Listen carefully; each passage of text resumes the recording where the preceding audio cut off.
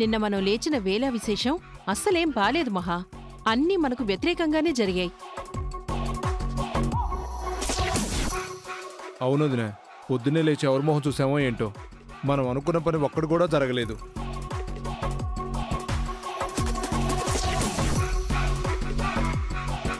రేవతి నిశ్చితార్థం తప్పించుకోవాలనుకున్నాం, అది జరగలేదు. ముఖర్జీ గారితో 200 కోట్ల ప్రాజెక్టుపై సంతకాలు చేద్దామనుకున్నాం, అది జరగలేదు. ఈ సీత వల్ల మన అంచనాలన్నీ తలకిందులయ్యాయి జన. ముఖర్జీ గారి కోసం ఈ నిశ్చితార్థం చేయాల్సొచ్చింది. సీత ముఖర్జీ గారిని ఇక్కడికి రప్పిస్తుందని మేమసలు ఊహించలేకపోయాం. సీత చెప్పుడు మాటలు విని రామ్ ముఖర్జీ గారిని ఇక్కడికి రప్పించాడు. ముఖర్జీ గారితో మీటింగ్ ఉన్నట్టు మనం చెప్పకుండా ఉండాల్సింది మహా. చెప్పి వెళ్ళాం కాబట్టే వాళ్ళిదంతా చేశారు.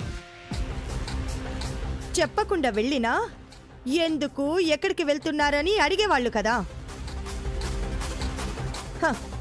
మన టైం బాలేదనుకోవాలంతే. మహాలక్ష్మి గారు, రండి వసంతి గారు, ఎలా ఉన్నారు? బాగున్నామండి. మా అబ్బాయి పెళ్ళి, మీకు శుభలేఖిద్దామని వచ్చాం. మీ అబ్బాయి కంపెనీ బాగా రన్ అవుతుందా? బ్రహ్మాండంగా రన్ చేస్తున్నాడు సార్, అందుకే మంచి సంబంధం వచ్చింది. అమ్మాయి వాళ్లకు మా అబ్బాయి, వాడి కంపెనీ బాగా నచ్చాయి.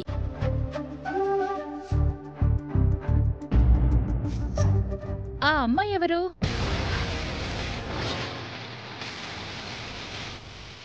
మీ అబ్బాయి రామ్ పక్కనుంది.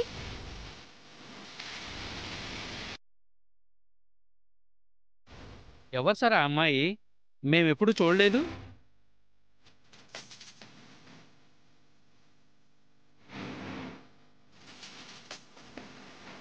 ఆ ఫోటోలో ఉన్న అమ్మాయిని నేనే. నా పేరు సీత, రామ్ గారి భార్యని, ఏంటి కోడల్ని.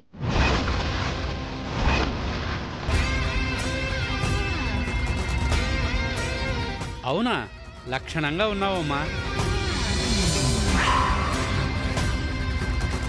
మీ కోడలు చాలా బాగుంది మహాలక్ష్మి గారు. మీ అబ్బాయి పెళ్ళన్నారు కదా, వెడ్డింగ్ కార్డు ఇవ్వండి. ఇదిగోండి శుభలేఖ. పెళ్లికి మీరు అందరూ తప్పకుండా రావాలి. నువ్వు కూడా రావాలమ్మా.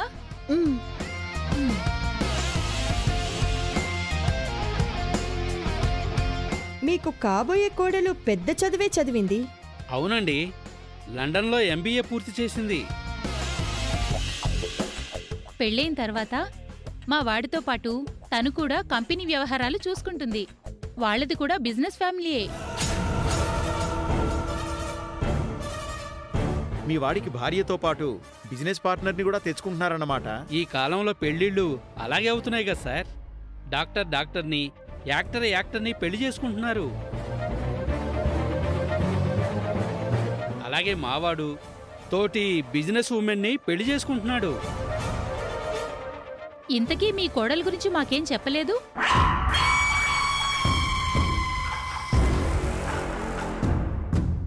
తను కూడా పెద్ద చదివే చదువుంటుంది కదా,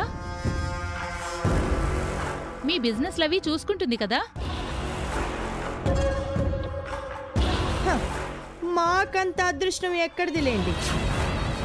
అదేంటండి, మీ కోడలు పెద్ద చదువులు చదువుకోలేదా? ఏదో వానాకాలం చదువులా 5వ తరగతి వరకు చదివింది. పల్లెటూరు మొద్దు. అలాంటి అమ్మాయితో మీ అబ్బాయి పెళ్లి ఎలా చేశారండి? అనుకోని పరిస్థితుల్లో ఆ పెళ్లి చేయాల్సి వచ్చింది. అంతా మా దురదృష్టం. ఇలాంటి అమ్మాయి మీ బిజినెస్ ఏం చూసుకుంటుంది? బిజినెస్సా? అసలు ఆ పదానికి స్పెల్లింగ్ కూడా తెలీదు తనకి. తను ఇంటి పనులకు, వంట పనులకు తప్ప దేనికి పనికిరాదు. మా రామ్ తలరాత అలా రాసిపెట్టుంటే మేమాత్రం ఏం చేయగలం?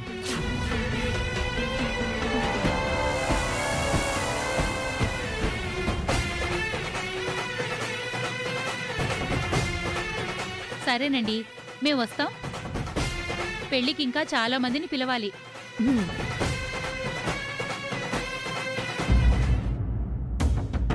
సీతకు సూపర్ షాక్ ఇచ్చావు మహా.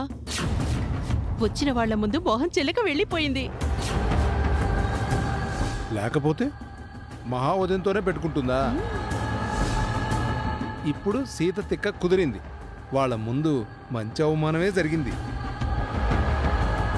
ఏంటి జన, సీతకి నేనిచ్చిన షాక్ నీకు సాటిస్ఫాక్షన్గా లేదా? సైలెంట్గా ఉన్నావు. సీతను మనం కోడలిగా ఒప్పుకున్న తర్వాత తనని ఇన్సల్ట్ చేస్తే మనల్ని మనమే అవమానించుకున్నట్టు ఉంటుంది కదా మహా. అది బయట వాళ్ల ముందు. నాకు సంబంధించి సీత ఈ ఇంటి మనిషి కాదు జన, ఇంకా పరాయిదే. అందుకే వాళ్ల ముందు దాన్ని అవమానించాను. ఏమన్నయ్యా, నీకేమన్నా ఇబ్బందిగా ఉందా? ఎంతైనా సీత బావగారి మేనకోడలు కదా, అందుకే ఫీల్ అయినట్టున్నారు. అలాంటిదేం లేదు.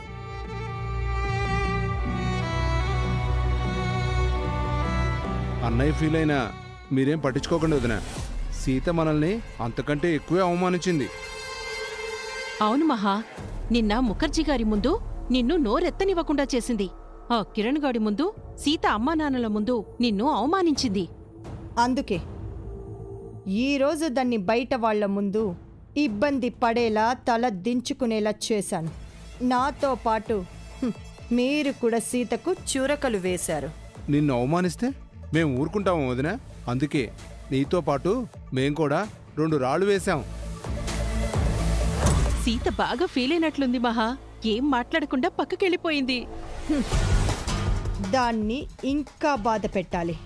ఆ మూలిగే నక్కపై మరో 4 తాటికాయలు వేసొద్దాం. పద అర్చన.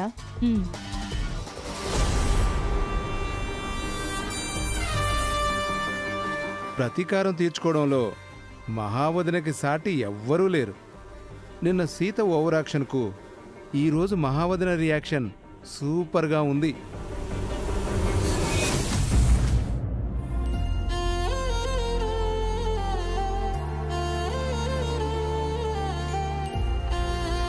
సీత కుమిలి కుమిలి ఏడుస్తున్నట్లుంది మహా. అదే మనకి కావాలి. దాన్ని ఇంకా ఇంకా ఏడిపించాలి.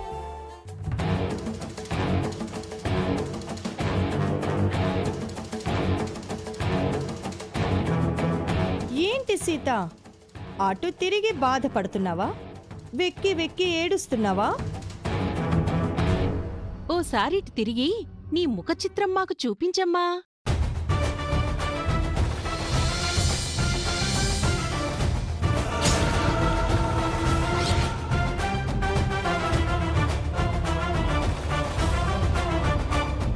ఏంటత్తలు అంటున్నారు? నేను బాధపడుతున్నాననా, ఏడుస్తున్నాననా? అంత కర్మ నాకేంటి? మరెందుకే మేం మాట్లాడుతుంటే మధ్యలోనే పారిపోయొచ్చావు? నేనేం పారిపోయి రాలేదత్తా. నేను అక్కడ ఉంటే మీ పరువు పోతుందనే వచ్చాను. మా పరువెందుకు పోతుంది? నీకు చదువు రాదు అని, వ్యాపారం చెయ్యలేవు అని వాళ్ల ముందు నీ పరువే పోయింది. నీకు అవమానం జరిగిందని నువ్వొచ్చేశావు. ఇంకాసేపు నేను అక్కడే ఉండుంటే ఆ అవమానం మీకు జరిగేది. వచ్చిన వాళ్ల ముందు మీ పరువే పోయేది. నువ్వుంటే ఏం చేసేదానివి? వాళ్ల ముందు నా పరువు తీయడానికి, నన్ను అవమానించడానికి నీ దగ్గర ఏం ఆయుధం ఉంది? నాకు చదువు లేదు, వ్యాపారం రాదు అని వాళ్ల ముందు అన్నారు. కానీ మీకే అర్హత ఉందని కంపెనీ వ్యవహారాలు చూస్తున్నారు. మహాలక్ష్మి అర్హత గురించి నువ్వడుగుతున్నావా? 100,000 కోట్ల వ్యాపారాన్ని మహా తన ఒంటి చేత్తో నడిపిస్తుంది. ఆ వ్యాపారం తన సొంతమా? తన కష్టార్జితమా? అంతా మా సుమతి అత్తమ్మ పెట్టిన భిక్ష. ఆవిడ లేదు కాబట్టే ఈవిడ పెత్తనం చలాయిస్తుంది. ఈ విషయం నేను వాళ్ల ముందు చెప్తే మీ పరువు ఏమయ్యేది? మీ గౌరవం మంట కలిసేది కాదా? ఇవన్నీ పక్కన పెడితే మీరేంటి చిన్నత్తయ్య? ఎప్పుడు ఈవిడగారు వెనకాల తోకలా తిరగడం తప్ప, ఈవిడగారు చెప్పేదానికి డూడు బసవన్నలా తలూపడం తప్ప మీరు చేసే పనే ఉంది. ఏ దిక్కు లేక వీధిన పడ్డ మిమ్మల్ని మా సుమతి అత్తమ్మ ఈ ఇంటికి తీసుకువచ్చి ఇంత ఆస్తిని అప్పచెప్పింది. ఆవిడ లేకపోతే మీకు కనీసం మన కంపెనీలో ఉద్యోగమైనా వచ్చుండేదా? ఇదంతా వాళ్లతో చెప్పి మీ పరువు తీయకూడదని కోపం ఆపుకుని పక్కకొచ్చాను.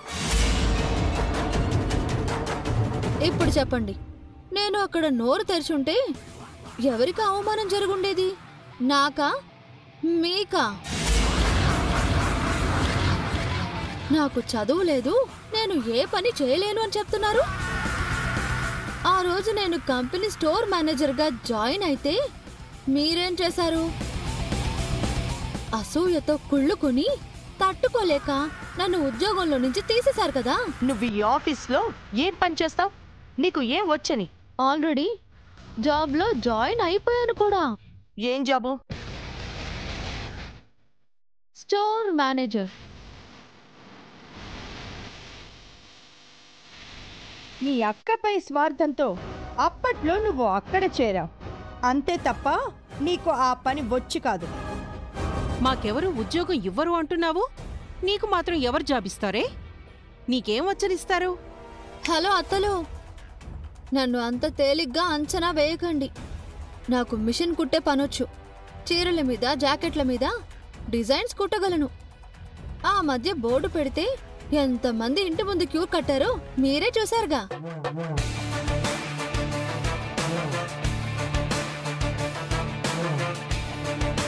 ఎవరు మీరు? ఇక్కడ సీత అంటే ఎవరు? ఎందుకండి? సీతతో మా బ్లౌజులు శారీస్ కుట్టించుకోవాలని వచ్చాం.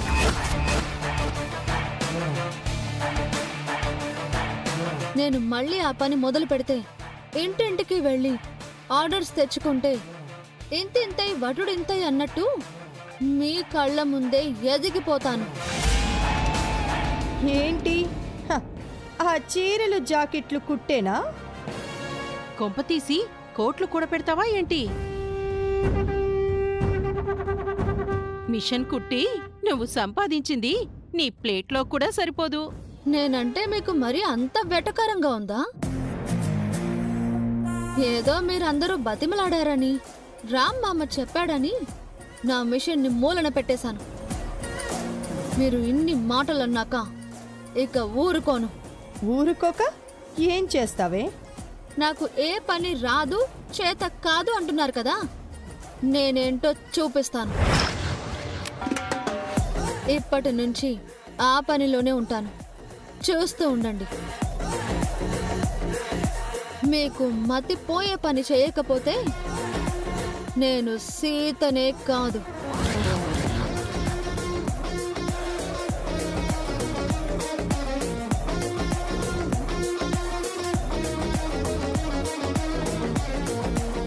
ఏంటి మహా దీని ధైర్యం? దీన్ని ఏడిపిద్దామనుకున్న ప్రతిసారి ఇదే మనకు రివర్స్ కౌంటర్ ఇస్తుంది. అది ఏం చేస్తుందో ఎలా చేస్తుందో నేను చూస్తాను. ఈసారి దాన్ని తొక్కేస్తాను. దాని మీద గెలవకపోతే నేను మహాలక్ష్మినే కాదు.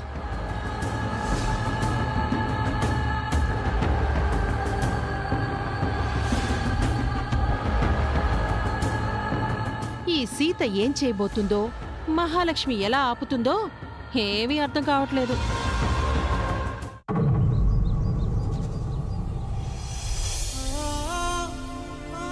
మగాడు బయటికెళ్ళి సంపాదించాలి, ఆడది ఇంట్లో ఉండాలి. అలా కాదని మగాడే ఇంట్లో ఉండి ఆడది బయటికెళ్తే ఇలానే జరుగుతుంది.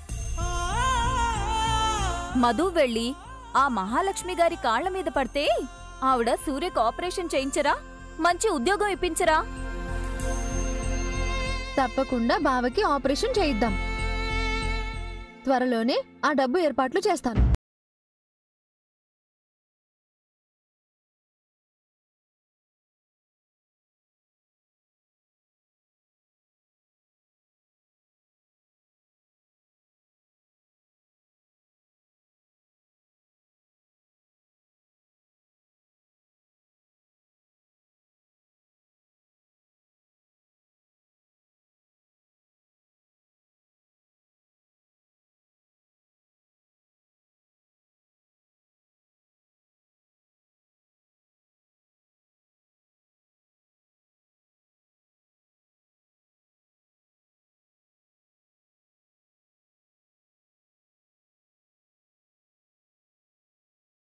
పోతాను. సీత, నీకు అవకాశం ఉంటే తొందరగా ఆ డబ్బులు ఏర్పాటు చేయగలవా? ఆపరేషన్ టైం దగ్గర పడుతోంది. తప్పకుండా అక్క. ఏదో రకంగా నీకు ఆ డబ్బులు పంపడానికి ప్రయత్నిస్తాను. పదే పదే ఫోన్ చేసి అడుగుతున్నానని అపార్థం చేసుకోకు. అదేంటక్క, నువ్వేమైనా పరాయిదానివా? నువ్వు అడిగినప్పటి నుంచి ఆ డబ్బుల గురించి ఆలోచిస్తున్నాను. వీలైనంత తొందరగా పంపిస్తాను. చాలా థ్యాంక్స్ సీత. సూర్యకాలొస్తే మా జీవితాలు బాగుపడతాయని నిన్ను ఇబ్బంది పెట్టాల్సొస్తుంది. నాకు ఇబ్బంది ఏముంటుందక్కా? బావా నువ్వు కలిసి సంతోషంగా ఉండాలని కోరుకుంటున్నాను. త్వరలోనే మీ సమస్య తీరిపోయేలా చేస్తాను. ఆరోగ్యం జాగ్రత్త. రామ్ గారిని అడిగానని చెప్పు. ఉంటాను సీత. సరే. ఇప్పటికే అక్క 2 సార్లు ఫోన్ చేసింది. ఎలాగైనా ఆ డబ్బు సర్దాలి.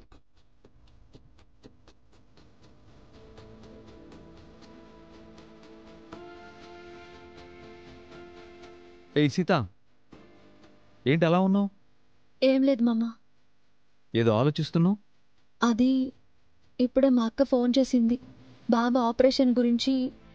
ఆ సర్జరీకి 10 లక్షలు కావాలి అన్నావు కదా? అవును మామ. ఆపరేషన్ తేదీ దగ్గర పడుతుందని అక్క కంగారు పడుతుంది. ఏం చేయాలా అని ఆలోచిస్తున్నాను. దానికెందుకు అంత ఆలోచించడం? ఆ పిన్నిని అడిగితే వెంటనే ఇస్తుంది కదా. అంటే ఆ డబ్బు నేనివ్వాలన్నా పిన్నిని అడిగే ఇవ్వాలి కదా, అందుకని. వద్దులే మామ. మీ పెళ్ళికి చెప్తే నిన్ను ఇవ్వనివ్వదు.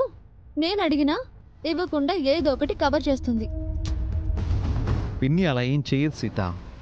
సూర్యకి యాక్సిడెంట్ అయినప్పుడు కూడా పిన్నియే కదా డబ్బులిచ్చింది. అప్పుడు వేరు, ఇప్పుడు వేరులే మామ. అప్పటికి ఇప్పటికి పిన్ని ఏం మారింది? మీ పెళ్లి గురించి వదిలే మామ. ఆ డబ్బుల గురించి ఏం చేయాలో నేనే ఆలోచిస్తాను. సరే, నీ ఇష్టం. హలో. యా, అవునండి. మీ పెళ్లి గురించి నీకింకా పూర్తిగా తెలియడం లేదు మామ.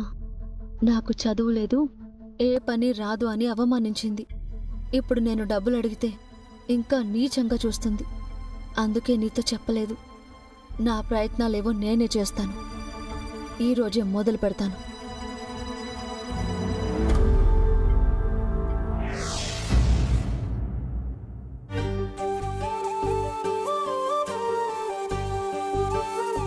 తను కూడా పెద్ద చదివే చదువుంటుంది కదా. మాకంత అదృష్టం ఎక్కడిదిలేండి. మీ కోడలు పెద్ద చదువులు చదువుకోలేదా? ఏదో వానాకాలం చదువులా 5వ తరగతి వరకు చదివింది. పల్లెటూరు మొద్దు. ఇలాంటి అమ్మాయి మీ బిజినెస్ ఏం చూసుకుంటుంది? బిజినెస్సా? అసలు ఆ పదానికి స్పెల్లింగ్ కూడా తెలీదు తనకి. నాకు చదువు రాదని, ఏ పని చేత కాదని మహాలక్ష్మి అత్తయ్య, చిన్నత్తయ్య ఎంత చులకనగా మాట్లాడారు. నాకు తెలిసిన వాళ్ళందరి ఇళ్లకు వెళ్ళి ఆర్డర్స్ తీసుకుని బట్టలు కుట్టి నేనేంటో 2 అత్తలకు చూపిస్తాను.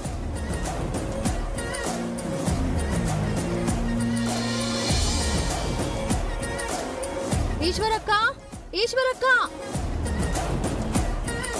ఏంటి సీత ఇలా వచ్చావు? లోపలికి రా. పర్వాలేదక్కా. మీ కొత్త జాకెట్లు కానీ, చీరలు, డ్రెస్సులు కానీ ఉంటే ఇవ్వండి. నేను చక్కగా కుట్టి పెడతాను. సారీ సీత, మేము నీకు ఇవ్వలేము. ఎందుకని? ఇంతకుముందు నేను మీకు కొత్త బట్టలు కుట్టిస్తే చాలా బాగున్నాయని మెచ్చుకున్నారు కదా. అప్పుడంటే నువ్వెవరో మాకు తెలీదు. ఇప్పుడు మహాలక్ష్మి గారి కోడలువని తెలిసింది కదా సీత. అయితే ఏంటి? అలాంటి ఆవిడ కోడలైన నీకు ఇలాంటి పనిచ్చి నిన్ను అవమానించలేము. ఏమీ అనుకోవద్దు.